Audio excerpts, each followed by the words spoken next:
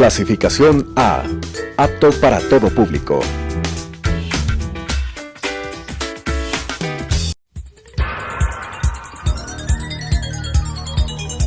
Las opiniones vertidas en este espacio por la producción y dirección del programa son de exclusiva responsabilidad de sus autores y de quienes intervienen en ellos.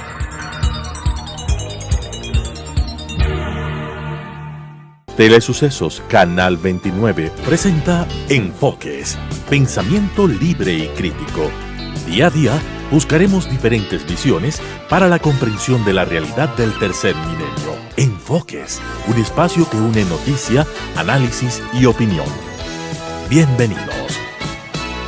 Gracias por estar con nosotros aquí en Enfoques. El día de hoy tenemos como invitada a la asambleísta Ana Belén Cordero. Recordamos que ella es vicepresidenta de la Comisión de Fiscalización, es parte o fue electa por el movimiento Creo, y con ella queremos hablar sobre el trabajo que ha desarrollado este año la Comisión de Fiscalización. Hay una serie de elementos, Ana Belén, importantes.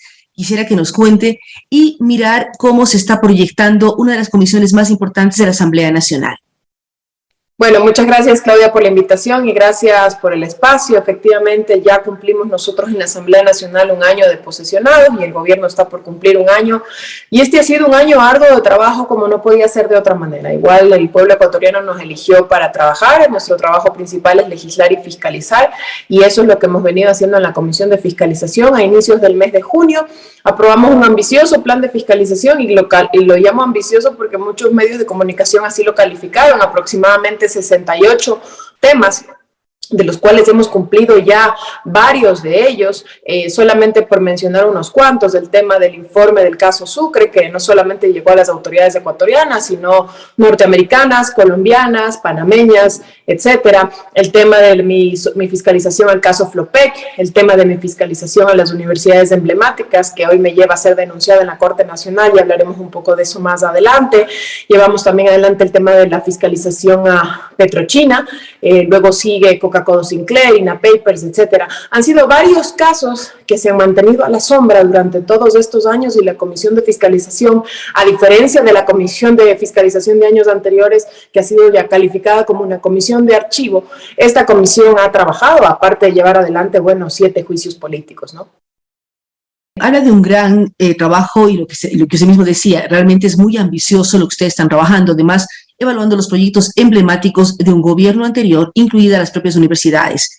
¿Cómo ver o cómo informar al país sobre si hace el juicio, se hace la investigación, se censura en un momento dado a alguna autoridad o esa autoridad y se hace un llamado, pero cómo lograr que el país mire efectivamente que fueron temas que no fueron desarrollados de la debida forma, que se utilizaron mal recursos? ¿Cómo lograr que los culpables, entre comillas, efectivamente logren resarcir al Estado y al pueblo? Bueno, yo creo que es un trabajo mancomunado, ¿no? De hecho, nosotros antes de iniciar nuestro trabajo en la Comisión de Fiscalización mantuvimos reuniones tanto con la Fiscal General del Estado, con el Contralor General del Estado, con el Procurador General del Estado, porque la Asamblea sola no puede hacer su trabajo, la Fiscalía sola no puede hacer su trabajo. El punto de partida o el punto principal es justamente elaborar un informe de fiscalización bastante contrastado, bastante serio, y entregar a las autoridades, llámese Fiscalía, una noticia criminis, a Contraloría unos insumos para poder iniciar sus procesos de investigación, a Procuraduría lo propio, para poder iniciar los procesos de repetición contra estos funcionarios. Entonces creo que el punto de partida inicia en la Comisión de Fiscalización con sus informes y continúa, como de hecho en mi caso concreto en las universidades emblemáticas que ya hablaremos más adelante, continúa en Fiscalía, en Contraloría y en la UAFE, ¿no? Es decir, ustedes dan un primer paso para visibilizar y después los organismos pertinentes son los que dan los siguientes o el seguimiento respectivo para lograr sancionar en un momento dado o evaluar qué mismo pasó. Usted hablaba como debe de caso... ser, Claudia. De hecho, mucha de la ciudadanía a veces se confunde y piensa que la Asamblea Nacional está encargada de recuperar lo robado. Nos encantaría estar encargados de eso, pero eso debe hacerlo el ente judicial, ¿no? Pero sí es la encargada de generar normativas que permitan recuperar lo robado. Eso sí es importante. Por supuesto. Por supuesto. Ahora, sí. Usted hablaba de casos como Seguro Sucre, que ha generado una serie de denuncias y se ha investigado muchísimo al respecto. Usted también lideró el tema de Flopec. ¿Cómo lograr que las otras entidades, usted habló de Fiscalía, habló de una serie de otras organizaciones del Estado, cómo lograr, y también del mundo jurídico, que se dé el seguimiento debido y que no se conviertan en juicios larguísimos que cuando ya pasan los años, los meses, no, la gente se siente un poco defraudada del trabajo que ustedes hacen. Ustedes ponen el dedo en allá, como quien dice, pero después pasa tanto tiempo que todo un poco llega a disolverse. Mire, apoderándose de la causa. Yo, por ejemplo, en lo personal, me puse como bandera algunos casos de fiscalización que los llevé a la comisión. Yo ya he presentado 2 informes, estoy terminando de realizar el tercero. Y, por ejemplo, yo presenté mi informe, el de las universidades emblemáticas en fiscalía. Sé que ya está abierta una indagación previa, sé que se están haciendo los requerimientos de información a los distintos entes justamente para avanzar con el proceso en fiscalía y yo le estoy dando ese seguimiento. Si es que yo me detengo en entregar mi informe en fiscalía y nada más, no tendría ningún sentido, ninguna razón de ser mi informe porque solamente sería un tema mediático. El fin de todo esto es dar con los culpables y que finalmente Fiscalía ponga tras las rejas a quien deba hacer, Contraloría glose a quien deba glosar, la UAFE investigue las cuentas de las personas que debe investigar y de así, de alguna manera, Procuraduría también, porque ese es el apoyo que se da con Procuraduría, recuperar lo robado, ¿no? Usted hace mención de las famosas universidades emblemáticas, llámese Yachay, Iquiam, la Universidad de las Artes y la Universidad de los Maestros que está en la zona sur del país. ¿Hacia dónde usted, qué encontró y cómo, decíamos esto, a usted le ha generado más problemas? Tiene una demanda, tiene un juicio. ¿Cómo demostrar lo que no se invirtió de la manera debida en estos proyectos emblemáticos en un momento dado del país? Mire, yo he trabajado toda mi vida, desde que soy profesional al menos, en el tema de las universidades, asesora de universidades públicas, privadas, institutos técnicos, tecnológicos, de estudiantes, y siempre mi causa ha sido la de la educación superior. Por eso cuando llegué a la comisión de fiscalización y al hacer pequeños pedidos de información y enterarme primero cómo se financiaron estas obras, y luego ver las métricas, porque muy pocas personas se sientan a ver cuáles son las métricas que permiten decir esta universidad es buena, es mala, es exitosa, no tiene éxito, está teniendo una gestión mediocre, etcétera. Me di cuenta que lo único que se utilizaron estas universidades lastimosamente fue para jugar con los sueños de los jóvenes y para utilizarlas de elefantes blancos. ¿Y por qué digo esto? Cuando yo hice estos pedidos de información me enteré que estas universidades, justamente las que usted acaba de mencionar, las que se llamaban universidades emblemáticas, fueron construidas con crédito chino. Y mire, ese no sería el principal problema. El problema es justamente cómo está estructurado ese crédito chino. Ese crédito chino consta siempre, y hay otras obras como Coca-Cola, Sinclair, etcétera, que no tienen nada que ver con las universidades que fueron construidas de la misma forma, de un tramo A y de un tramo B. El tramo A es el dinero que nunca llega al Ecuador, por eso no constan estos créditos en el Ministerio de Finanzas. Yo he conseguido los contratos de crédito por otra vía. Y estos créditos, este dinero, este tramo A, nunca llega al Ecuador. Llega y se deposita en una cuenta del Exim Bank, donde el Ecuador ha abierto una cuenta, ¿sí? Y se obliga a que se contrate con empresas chinas la obra. El problema no queda ahí. Debe ser contratada con empresas y es el fondo que se queda allá. El dinero se queda allá y las empresas chinas, por darle nombres, CIEC, GESOBA, no son las que construyen las obras en el Ecuador. Subcontratan en flagrante violación a la ley ecuatoriana con empresas ecuatorianas, que esa es justamente la segunda parte de mi informe, que me va a llevar a investigar y a llegar hasta el trasfondo de quién está detrás de esas empresas ecuatorianas, a qué precio se dieron esos contratos, con qué ¿Por qué dice que es ilegal que la empresa china contrate empresas ecuatorianas? ¿Por qué habla usted de que aquí hay una ilegalidad? Porque la ley de contratación pública solamente permite que las subcontrataciones dentro de una contratación pública, valga la redundancia, se den únicamente en un 15%. Más allá de eso hay una ilegalidad, porque el contrato de obra pública es un contrato personal, personalísimo a esa empresa a la que se le entrega. Usted se sorprenderá al saber, no en el caso de las universidades emblemáticas, pero por ejemplo Coca-Cola Sinclair, que a quien se le da la subcontratación de la obra de la plataforma financiera que está ahí en la avenida Amazonas, aquí en Quito, lo hace una empresa que hace o que vende bebidas gaseosas. Entonces, dígame usted con qué seriedad se han entregado esos contratos o esas subcontrataciones, ¿no? Y claro, y usted mismo menciona, son obras emblemáticas que han costado enorme cantidad de recursos y todavía Ecuador tiene esos créditos. Y mire las observaciones que están teniendo los propios usuarios, ya no llamemos técnicos, sobre los errores estructurales que existen en la construcción, por ejemplo, de la plataforma financiera, que se inunda, que se desborda, etcétera, ¿no? Entonces, lo propio está ocurriendo con las edificaciones en las universidades emblemáticas. En nuestra inspección a Yachay hay 5 edificios que no se pueden ingresar porque tienen fallas estructurales enormes. De hecho, parte de las glosas, que existen 81 glosas a funcionarios y exfuncionarios de Yachay, 5 de esas están justamente adjudicadas al señor Héctor Rodríguez, quien hoy me denuncia por injurias, y 5 de estas glosas, una de ellas, la más grande, que representa 31 millones de dólares, está hecha justamente por los horrores, no digo errores, horrores que se hicieron justamente en la construcción de estas 5 edificios principales en Yachay, ¿no? Usted también hablaba de las métricas que están arrojando estas universidades, que tanta expectativa generaron, tanta inversión demandaron, porque si uno mira Yachay, todos los terrenos que fueron comprados a sectores privados en la zona más importante de producción agrícola de la provincia de Imbabura, porque también es así, este momento no se está produciendo, está la universidad. ¿Cómo son las métricas que usted evaluó?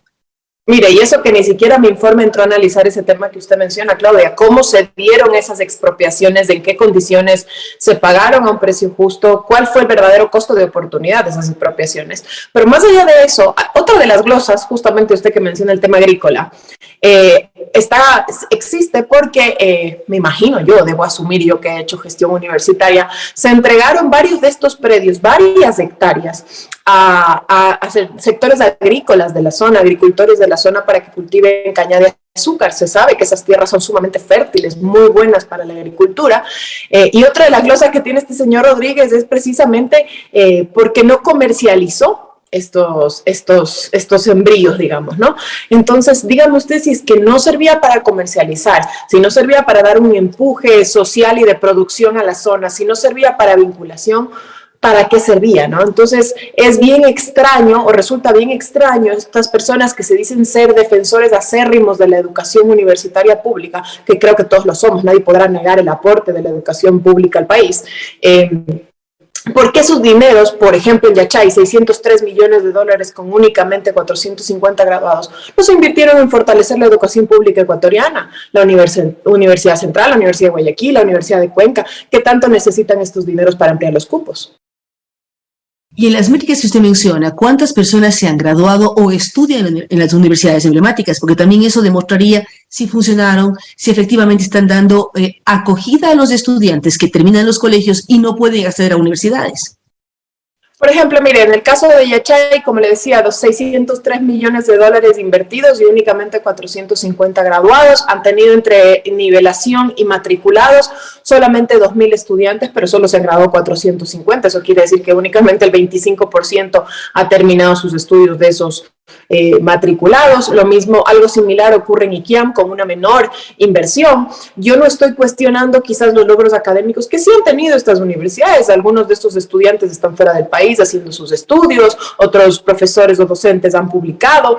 Por darle un ejemplo, yo investigué de cerca qué estaba pasando con Iquiam y con Yachay con su proceso de institucionalización, es decir, tener profesores titulares que les permita elegir un rector y poder tener el famoso cogobierno, defensa del correísmo en la Universidad Ecuatoriana, y poder institucionalizarse. No lograban institucionalizarse porque no tenían ni siquiera el número mínimo para tener profesores titulares, porque en un inicio muchos profesores extranjeros vinieron al país a ser docentes de estas universidades, claro, porque se pagaban unos sueldos astronómicos. Recordemos que el correísmo puso un rector ahí en Yachay que ganaba más de $30,000 mensuales, tenía unos viáticos exorbitantes, ni siquiera vivía en el Ecuador. Lo propio ocurría con los docentes. Yo no estoy en contra del pago de los docentes universitarios, más bien, a mejor paga, mejores rendimientos, pero también hay que ser un poco,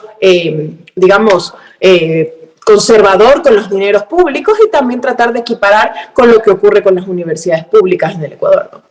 Sí, hay que generar un punto de equidad. Es importantísimo la buena capacitación, la buena formación de los docentes que retribuyen buena formación de estudiantes. Este proceso, Ana Belén, usted menciona que ya lo entregó incluso en Fiscalía.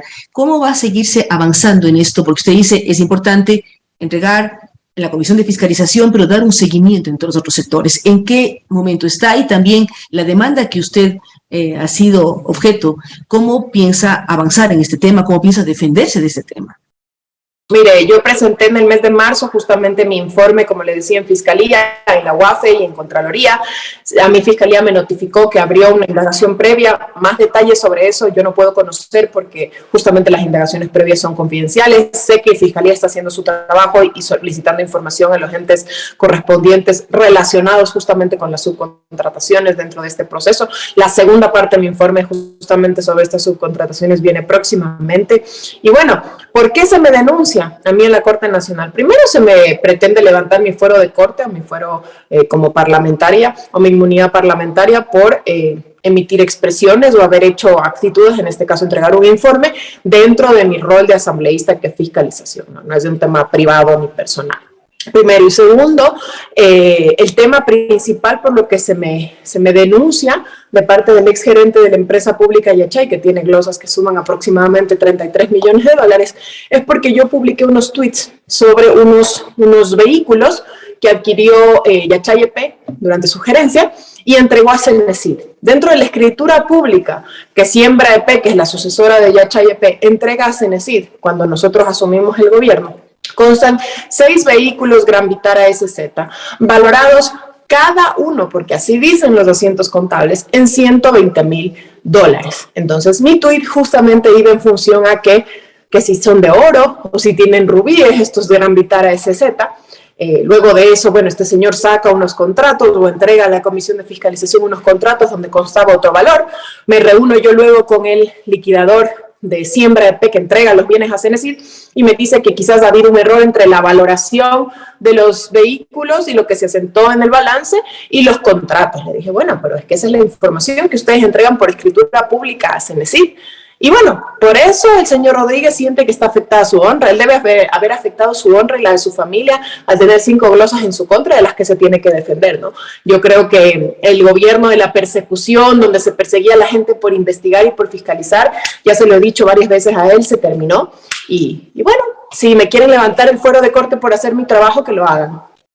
Lo importante es que se esclarezca la situación y efectivamente esos dineros que se invirtieron, dineros de todos los ecuatorianos, además con créditos chinos, sean demostrados para qué se invirtieron, cómo se invirtieron y que si fueron mal realizados estos temas, los culpables también tengan que pagarlos. Ana Belén, estamos por cumplir un año del mandato del presidente Guillermo Lasso. ¿Cómo evaluarlo? ¿Cómo mirarlo? Hay críticas, hay apoyos, muchos hablan del tema de la vacunación que ha sido muy positiva, balanza comercial, los temas monetarios están bastante bien, la macroeconomía, pero la problemática de seguridad es terrible. Acabamos de vivirlo de Esmeraldas con estos 2 cochebombas y lo que hemos vivido en las últimas semanas y meses con los recintos penitenciarios. Entonces, ¿cómo mirar el año de gobierno del presidente Guillermo Lasso? Mire, yo creo que este primer año ha sido un año duro, un año complejo, no solamente para el gobierno, sino también para la ciudadanía, porque ha habido que poner la casa en orden. Es como cuando uno llega a una gran casa donde se han pegado una fiesta brutal con mucho despilfarro de dinero por más de 15 años y toca empezar a limpiar la casa, a arreglar los vidrios, a arreglar las puertas, hacer nuevas contrataciones justamente para poner en marcha nuevamente el mantenimiento de la casa.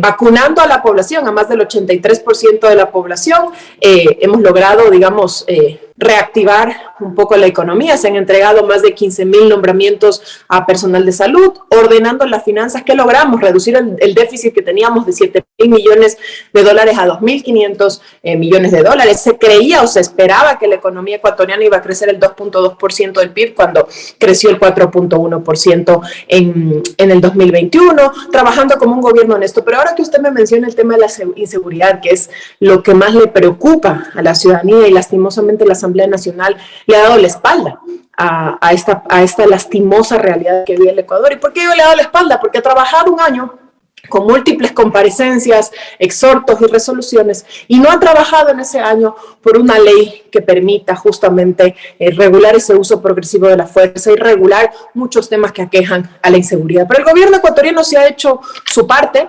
Nos queda muchísimo por hacer. Ha invertido 1.200 millones de dólares en temas de seguridad, ha incautado más de 237 toneladas de droga. La flagrante y franca guerra que le está dando el gobierno nacional al narcotráfico es lo que de alguna manera, y no con eso estoy justificando, pero que de alguna alguna manera está generando esta violencia en las calles, porque simplemente lo que está viendo en estos momentos es una pelea por territorios entre las bandas, ¿no?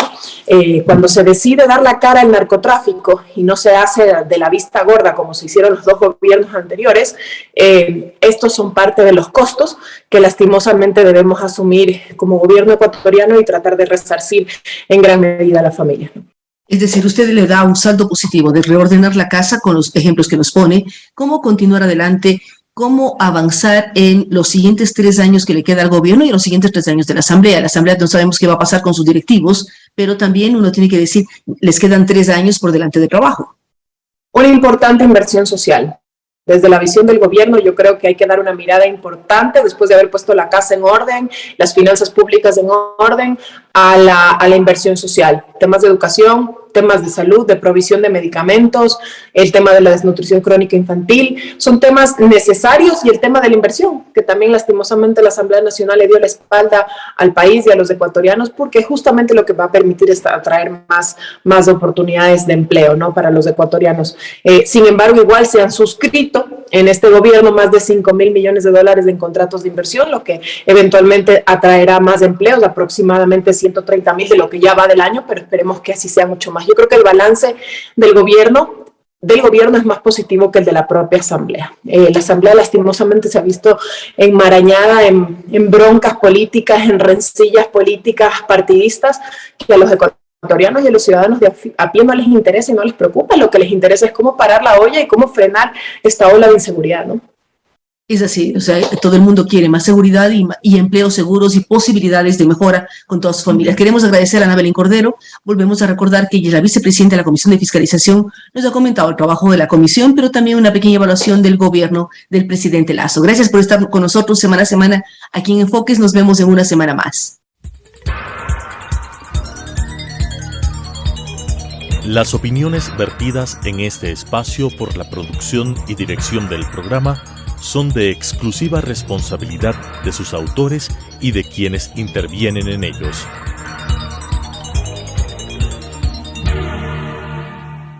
Telesucesos Canal 29 presentó Enfoques, pensamiento libre y crítico. Día a día buscaremos diferentes visiones para la comprensión de la realidad del tercer milenio. Enfoques, un espacio que une noticia, análisis y opinión.